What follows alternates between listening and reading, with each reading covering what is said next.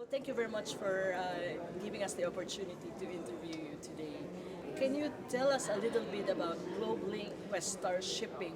What sort of shipments do you facilitate or carry? Well, we are a company which was formed in 1989, so precisely 35 years in Dubai.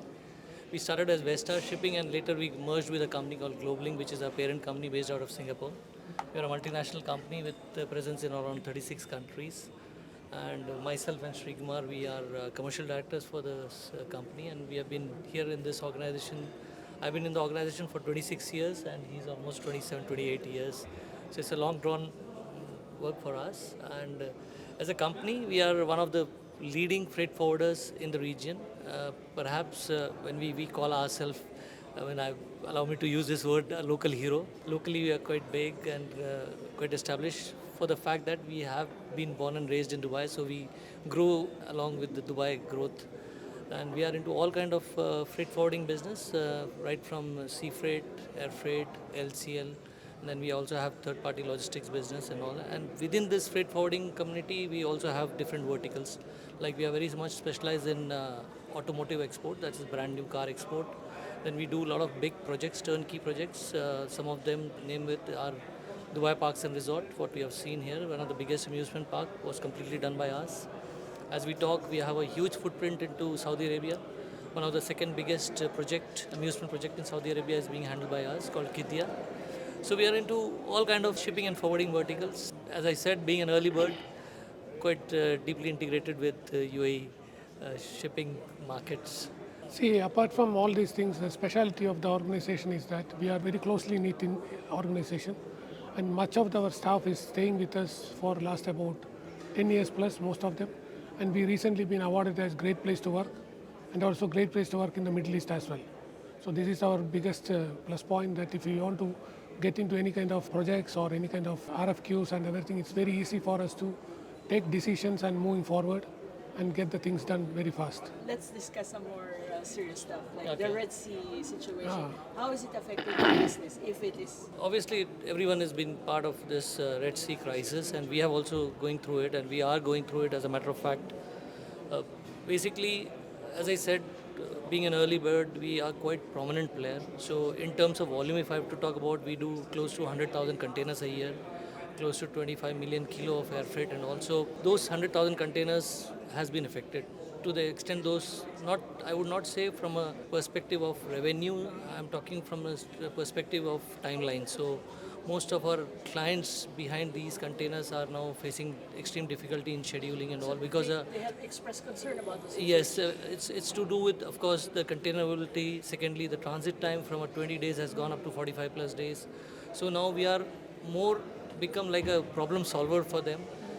In effect, to the fact that many of the shipments now we have to fly out also for them. So Red Sea actually has created a crisis situation, no doubt, for us and for the trade per se. But we are definitely chalking out different plans and alternative routes and all. And fortunately, being quite a big player, we get the first right of refusal from shipping lines. So we are able to step up and we are able to give them services what a client is desiring. There is definitely a difficulty. At the same time, there is opportunity as well. So what we do is that we provide specific solutions to our customer. See, while having all these problems in Red Sea, there were ships which still used that same route to go to Europe, which actually cut down the transit time by few days or even few weeks. So we identify such shipping lines and we talk to them. This is also one way of getting the things done. And there is still a possibility of growing the business by doing CR concepts and those kind of things in the region. I would take that word from him. For example, this is one of an option that we do multimodal. We do sea air as an option. For example, we do air sea.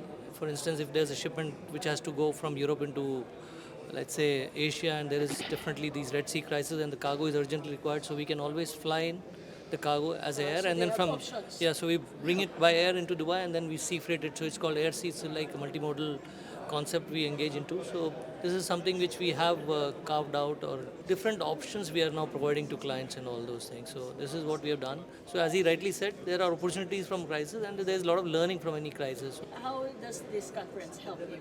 See, actually speaking, to greater extent, what is happening now is that the customers are not talking only about the freight rates. They are talking about solutions, and we have to find a solution for their problem which will help them to move forward. So the freight rates are kept at a decent level by the shipping lines. Similarly, there is a lot of air opportunities also coming up, which is helping us to get more business in the market because of we have our own expertise in the region and also about knowledge about how to manage these kind of situations. Okay, Rami conference is basically we have been a long-term partner of NAFL in terms of title sponsor for Rami especially. One of our major business is also into African region, so this is something very close to our heart and mind. So Rami conferences in that respect is quite important for us, and also there is a lot of new things which comes up from these conferences. For instance, today we were talking about the e-bill of lading and all those things, which obviously is an old subject though, and there was a subject on fiat bill of lading. Even though it's an old subject, what we could see the penetration of this subject is not very deep into the African region, and also being one of the industry players and one of the industry leaders, I think we also take home a lot of ideas from here, and then we can also, when we talk to our clients, and we can even tell them if they are based out of Africa, that why don't you go for a e-bill of lading or a fiat bill of lading, or we have this technology which has come up. So there's a lot of learning which, or key factors what we take away. When we talk to our clients, we bring this into a fore, and then we discuss about it, and we bring those technological advances and all. So from that perspective, every conference is definitely a learning curve for us. To a person who was talking about AI and all those things, which is now, as you know, is a big buzz today. So we were also talking that why don't you come to our office, because we are also heavily invested into AI and all those. We are heavily invested into technological advancement and all those things. So this is only possible when we come to such conference. We get to meet people who talk about their experience. They share what is new. So again, these are a lot of learnings obviously from these conferences.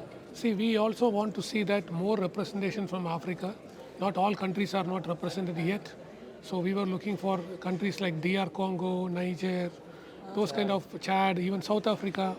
So we want more to come, Maybe in the future. Maybe in the future with the Rami, which will be helpful for us to build up the reach business. out to those countries as well. Yes. Thank you. Thank you so much.